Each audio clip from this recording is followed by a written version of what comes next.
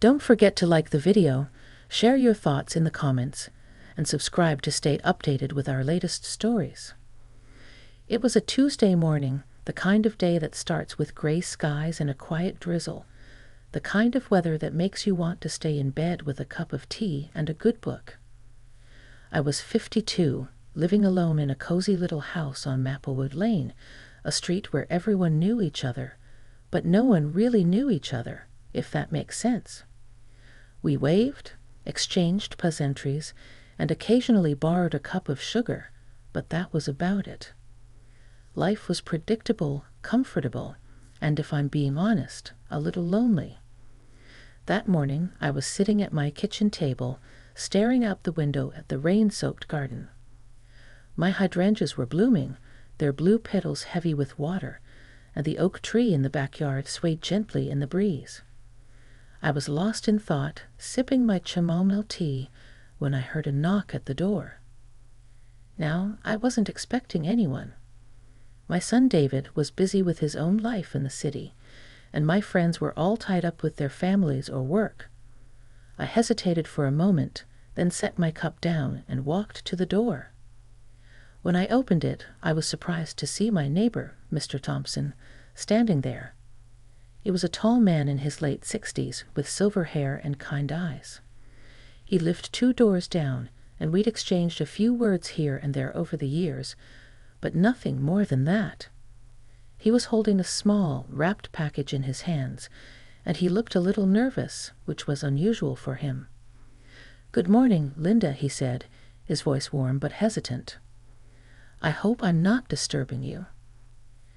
"Not at all," I replied, smiling. "What can I do for you, Mr. Thompson?" "Please call me Henry," he said, returning the smile. I noticed you've been working in your garden a lot lately. You've got quite the green thumb." I chuckled. "Well, it keeps me busy. I find it relaxing."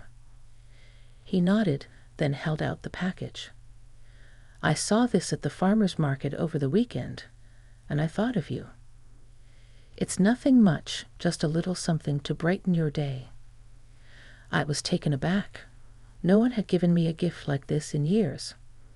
I took the package, feeling the weight of it in my hands. "Thank you, Henry. That's very kind of you." He shuffled his feet, looking almost shy. "Well, I'll let you get back to your morning. Have a good day, Linda." "You too," I said, watching as he turned and walked back down the path to the sidewalk. I closed the door and unwrapped the package. Inside was a beautiful ceramic planter, painted with delicate flowers and vines. It was the kind of thing I would have picked out for myself. I ran my fingers over the smooth surface, feeling a strange mix of emotions, gratitude, curiosity, and something else I couldn't quite put my finger on.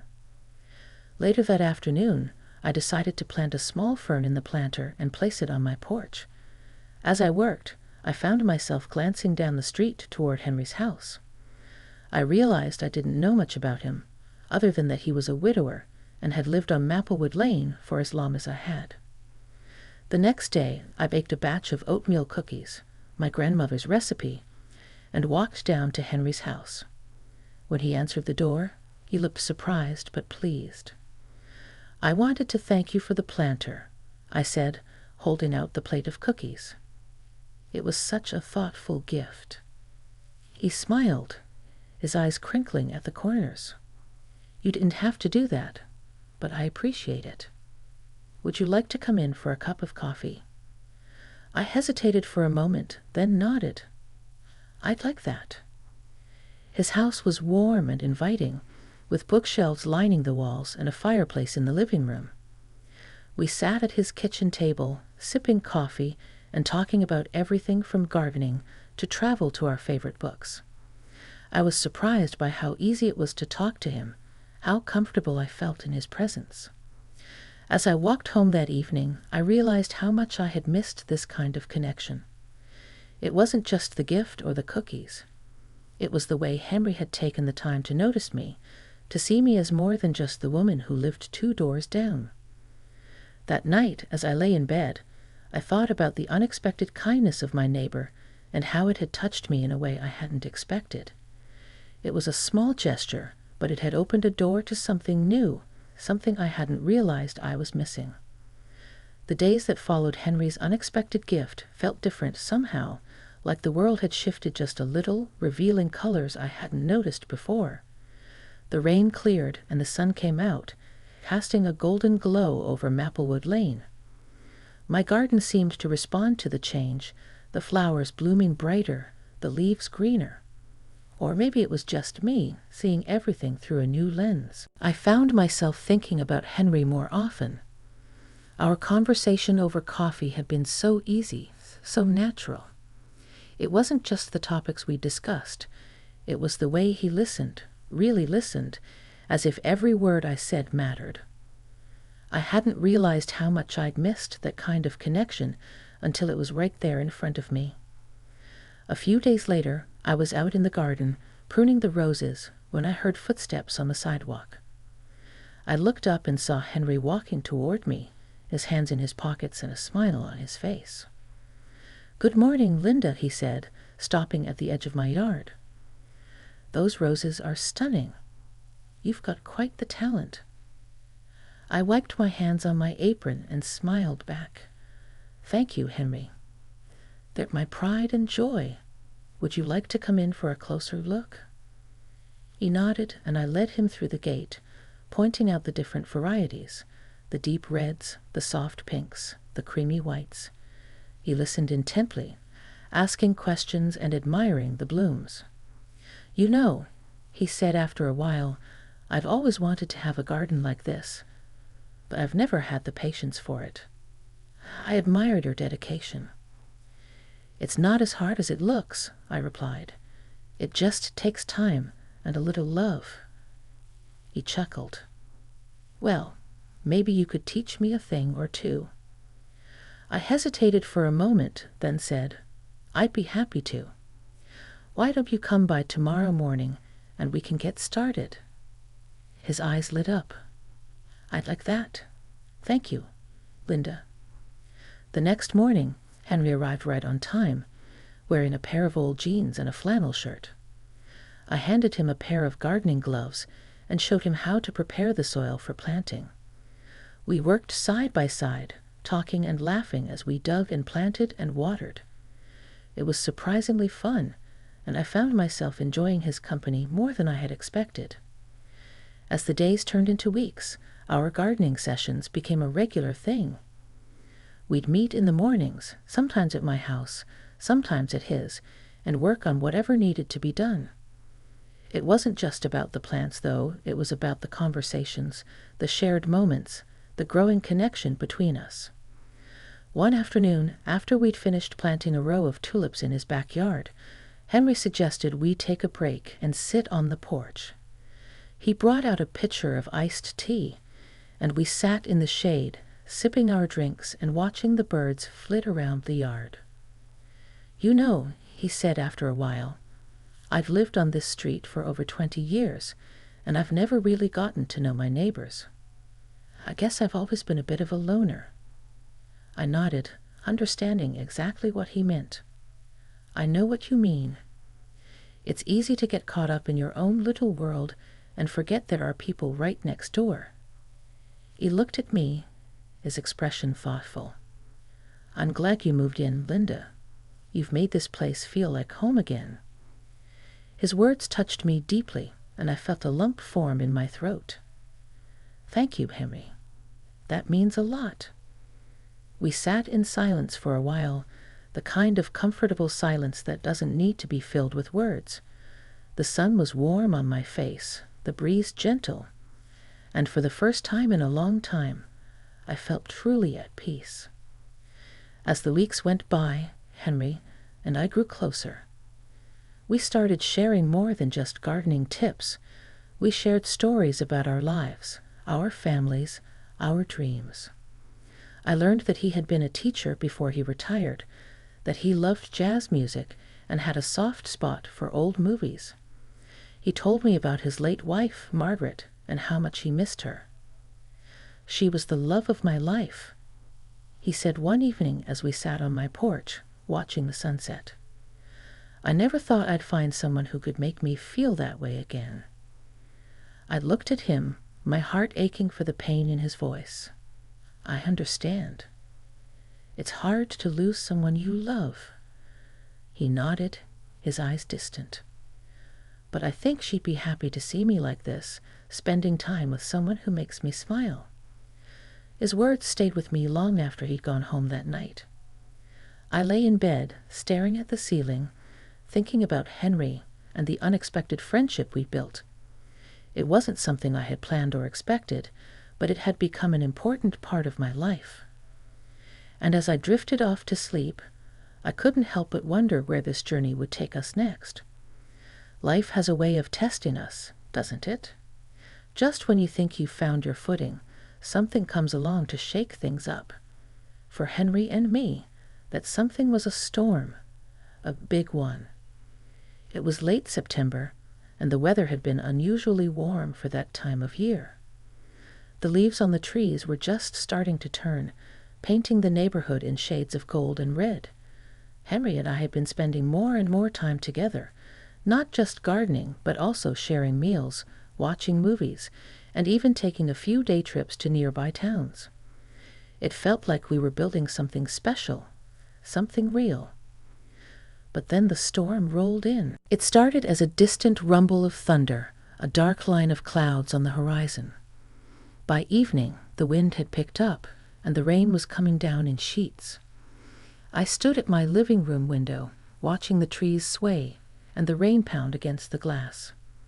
The power flickered once, twice, then went out completely, plunging the house into darkness. I fumbled for a flashlight and lit a few candles, trying to make the best of it. But as the storm raged on, I couldn't shake the feeling of unease that settled in my chest. Then I heard it, a loud crash, followed by the sound of splintering wood. My heart leaped into my throat. I grabbed my raincoat and flashlight and ran outside, the wind whipping my hair and the rain soaking through my clothes in seconds. I followed the sound to Henry's house, where I saw the source of the noise. A massive oak tree in his backyard had been struck by lightning and had fallen, crashing through part of his roof. My stomach dropped. "Henry!" I shouted, rushing to his front door. I pounded on it, my heart racing. "Henry, are you okay?" The door opened, and there he was, looking shaken but unharmed. "Linda," he said, his voice tight with worry. "I'm fine, but the tree, it came through the roof." I stepped inside, shining my flashlight around. The damage was worse than I'd thought. The tree had smashed through the corner of the living room, sending debris everywhere. Rain was pouring in through the hole in the roof, soaking the carpet and furniture.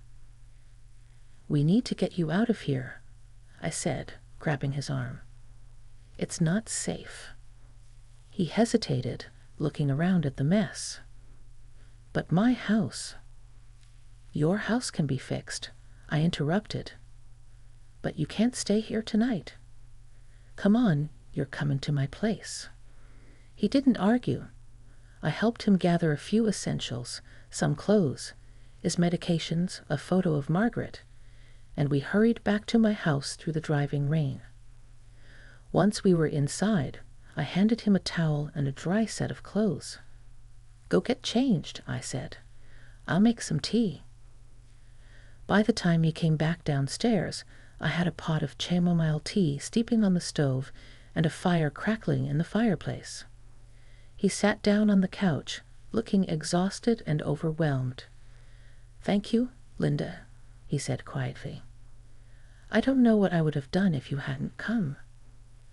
I handed him a mug of tea and sat down beside him. "You don't have to thank me. That's what friends are for." We sat in silence for a while, listening to the storm outside and the crackling of the fire. The power was still out, but the candles cast a warm, flickering light that made the room feel cozy despite the chaos outside. You know, Henry said after a while, "This reminds me of a night I spent with Margaret during the hurricane. We were young, just married, and we didn't have much. But we had each other, and that was enough." I smiled, feeling a lump form in my throat. "She sounds like an amazing woman." She was. He said, his voice soft, "And you remind me of her in so many ways." His words caught me off guard, and I felt my cheeks flush. "Henry, I..." He reached over and took my hand, his grip warm and steady. "Linda, I know this might not be the right time, but I need to say it. These past few months with you have meant more to me than I can put into words. You've brought light back into my life, and I don't want to let that go." I looked into his eyes, seeing the sincerity and vulnerability there. My heart was pounding, but for the first time in a long time, it wasn't from fear or uncertainty. It was from hope. "Henry," I said softly, "you've brought light into my life too. I didn't realize how much I needed someone like you until you came along." He smiled, a slow, warm smile that made my heart swell. "Then maybe we can figure this out together." I nodded, feeling a sense of peace settle over me. Together. The storm raged on outside, but inside, it felt like the sun had come out. We sat there, holding hands and talking late into the night, until the rain finally stopped and the first light of dawn began to creep through the windows. The morning after the storm dawned clear and bright, the kind of day that makes you believe in fresh starts. The air smelled of damp earth and fallen leaves, and the sunlight streaming through my windows felt like a promise. Henry and I sat at the kitchen table, sipping coffee and eating toast with jam, the events of the previous night still fresh in our minds. "I should call the insurance company," Henry said, breaking the comfortable silence. "And maybe a contractor to take a look at the damage." I nodded, reaching across the table to squeeze his hand. "We'll figure it out, one step at a time." He smiled, his eyes warm with gratitude. "I don't know what I'd do without you, Linda." "You don't have to find out," I replied, smiling back. Over the next few days, we worked together to get Henry's house back in order. The insurance adjuster came and assessed the damage, and a contractor started repairs on the roof. It was a lot of work, but it felt good to be doing something tangible, something that brought us even closer together. One evening, after a long day of cleaning up debris and sorting through damaged belongings, Henry and I sat on my porch, watching the sun set over Maplewood Lane. The sky was a riot of colors, pinks, oranges, and purples blending together in a way that took my breath away. "You know what," Henry said, breaking the silence, "I've been thinking a lot about what you said the other night, about figuring this out together." I turned to look at him, my heart skipping a beat. And he took a deep breath, his expression serious but hopeful. "I don't want to waste any more time, Linda. Life's too short, and I've already spent too much of it alone. I want to be with you, if you'll have me." Tears welled up in my eyes, and I blinked them away, not wanting to miss a single moment of this. "Henry, I feel the same way. I've been alone for so long, and I didn't realize how much I needed someone like you until you came into my life." He reached over and took my hand, his grip warm and steady. "Then let's do this. Let's build a life together, whatever that looks like." I nodded, feeling a sense of peace and happiness I hadn't felt in years. Together. The weeks that followed were a whirlwind of emotions and decisions. Henry's house was repaired, but he spent more and more time at mine, until it felt like we were already living together. We talked about the future, about merging our lives, about traveling, about growing old together. It was exciting and terrifying and wonderful all at once. One crisp October morning, we decided to take a walk through the neighborhood, enjoying the fall colors and the cool, fresh air. As we strolled hand in hand, I felt a deep sense of contentment, like I had finally found my place in the world. "You know," Henry said as we passed a particularly beautiful maple tree, its leaves a fiery red, "I think Margaret would have liked you." I looked at him, surprised. "Really?" He nodded, his eyes soft with memory. "She always said I needed someone who could keep me on my toes, someone with a kind heart and a strong spirit. That's you, Linda." Tears filled my eyes again, but this time I didn't try to blink them away. "Thank you, Henry. That means more to me than you know." He stopped walking and turned to face me, taking both of my hands in his. "Linda, I know we're not young anymore, but I think we've got a lot of good years ahead of us, and I want to spend every one of them with you." I smiled through my tears.